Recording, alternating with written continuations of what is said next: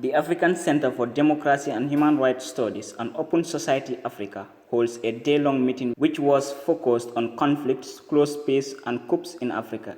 The meeting was centered on the brink of instability and conflicts where rights and violations are prevalent and need to be addressed. Building on African citizenry solidarity in those respective countries under threat and amplify their voices and request their rights to be respected was deemed necessary.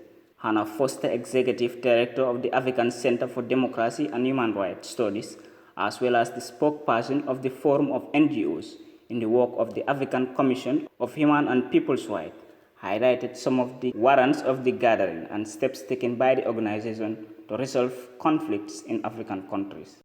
During the forum, you find out that we have sub-regional focal points in all the regions of Africa reporting what is happening in their regions, highlighting those countries and violations that are taking place, and for the Commission to take note of that and to take action.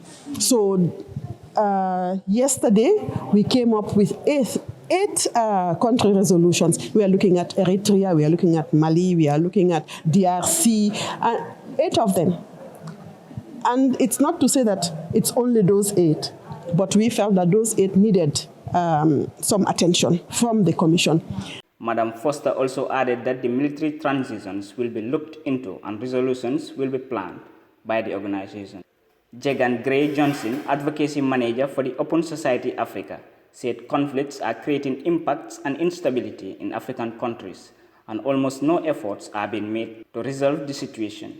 Our respective human rights defenders that basically brave the machinations of oppression in their respective countries.